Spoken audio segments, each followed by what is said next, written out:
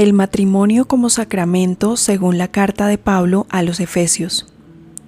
Catequesis número 87 de la Teología del Cuerpo. Primera catequesis del quinto ciclo. Recibida el 28 de julio de 1982.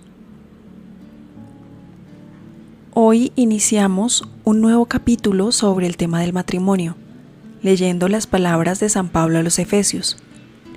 Leamos Efesios 5 del 22 al 33. Las casadas están sujetas a sus maridos como al Señor, porque el marido es cabeza de la mujer, como Cristo es cabeza de la Iglesia y Salvador de su cuerpo.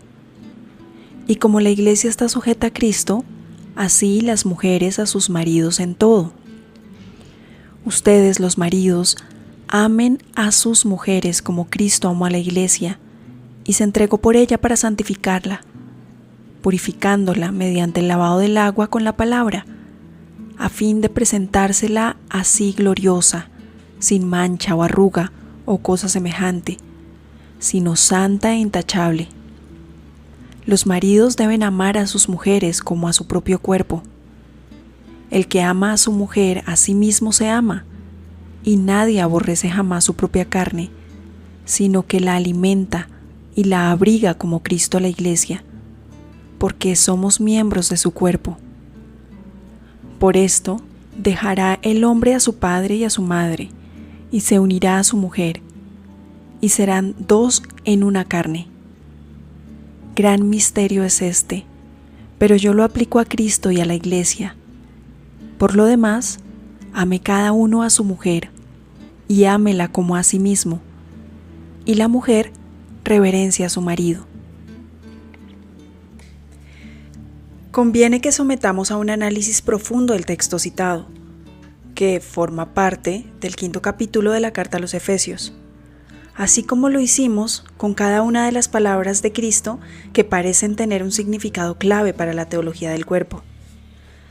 Se trataba de las palabras en las que Cristo se remitía al principio, al corazón humano, en el Sermón de la Montaña, y a la resurrección futura. Conviene entonces realizar este análisis porque lo que contiene este pasaje de la carta a los Efesios constituye de algún modo el coronamiento de estas otras síntesis o de estas otras palabras clave de Jesucristo. Si de ellas ha salido la teología del cuerpo en sus rangos evangélicos, simples y al mismo tiempo fundamentales, hay que presuponer en cierto sentido esa teología al interpretar el mencionado pasaje de la carta a los Efesios. Por eso, si se quiere interpretar este pasaje, es necesario hacerlo a la luz de lo que Cristo dijo sobre el cuerpo humano. Él no se refirió solamente al hombre histórico, y por lo mismo al hombre siempre contemporáneo, aquel de la concupiscencia su corazón, sino que también puso de relieve por un lado las perspectivas del principio, o sea, de la inocencia y de la justicia original, y por el otro, las perspectivas escatológicas de la resurrección de los cuerpos, cuando no tomarán ni mujer ni marido. Confrontemos Lucas 20:35. Todo esto forma parte de la visión teológica de la redención de nuestro cuerpo. Romanos 8:23. También las palabras del autor de la carta a los Efesios tienen como centro el cuerpo, y esto tanto en su significado metafórico, el cuerpo de Cristo que es la Iglesia, como en su significado concreto, el cuerpo humano en su perenne masculinidad y feminidad, en su perenne destino a la unión en el matrimonio, como dice el libro del Génesis. Por eso dejará el hombre a su padre y a su madre, y se adherirá a su mujer, y vendrán a ser los dos una sola carne. Génesis 2:24.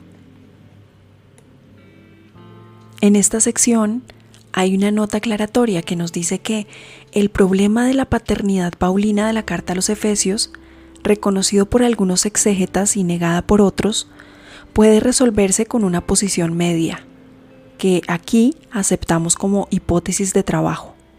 O sea, que San Pablo confió algunos conceptos a su secretario, el cual después los desarrolló y perfiló, Es esta la solución provisional del problema que tenemos presente al hablar del autor de la carta a los Efesios, del apóstol y de San Pablo. Luego de esta ampliación, continuamos con la catequesis, que nos sigue diciendo: ¿de qué forma aparecen y convergen estos dos significados del cuerpo en el párrafo de la carta a los Efesios? ¿Y por qué aparecen y convergen en ella?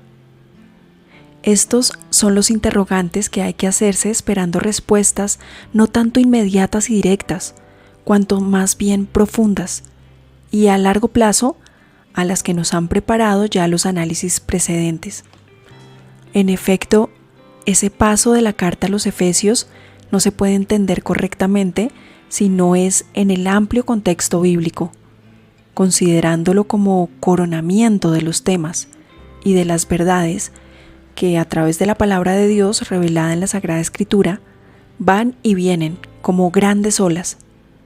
Se trata de temas centrales y de verdades esenciales, y por eso el citado texto de la carta a los Efesios es también un texto clave y clásico. Es un texto bien conocido por la liturgia, en la cual aparece siempre en relación con el sacramento del matrimonio. La Lex Orandi de la Iglesia ve en él una referencia explícita a este sacramento, y la Lex Orandi se anticipa y al mismo tiempo expresa siempre la Lex Credendi. Admitiendo esta premisa, debemos enseguida preguntarnos, en este clásico texto de la carta a los Efesios, ¿cómo surge la verdad sobre la sacramentalidad del matrimonio? ¿De qué manera es expresada o confirmada por él? Se verá claramente que la respuesta a estos interrogantes no pueden ser inmediatos o directos, sino graduales y a largo plazo. Esto se comprueba incluso cuando leemos por primera vez ese texto, ya que nos remite al libro del Génesis y por tanto al principio.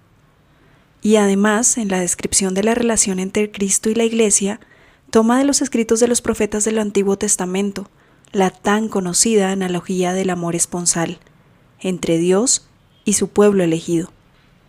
Sin examinar estas relaciones sería difícil responder a las preguntas sobre cómo trata la carta a los Efesios de la sacramentalidad del matrimonio. Se verá también cómo la respuesta prevista debe pasar a través de todo el ámbito de los problemas analizados anteriormente, es decir, a través de la teología del cuerpo. El sacramento o la sacramentalidad, en el sentido más general de este término, se cruza con el cuerpo y presupone la teología del cuerpo. Efectivamente, el sacramento, según el significado general conocido, es un signo visible. El cuerpo, en su aspecto visible, significa la visibilidad del mundo y del hombre. Así pues, de alguna manera, aunque de forma muy general, el cuerpo entra en la definición del sacramento, siendo él mismo signo visible de una realidad invisible, es decir, de la realidad espiritual, trascendente, divina. Con este signo y mediante este signo, Dios se da al hombre en su trascendente verdad y en su amor.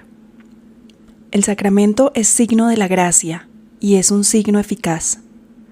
No solo la indica y expresa de modo visible en forma de signo, sino que la produce y contribuye eficazmente a hacer que la gracia se convierta en parte del hombre y que en él se realice y se cumpla la obra de la salvación, la obra presente en los designios de Dios desde la eternidad y revelada plenamente por Jesucristo. Diría que esta primera lectura del texto clásico de la carta a los Efesios indica la dirección en la que se desarrollan nuestros ulteriores análisis.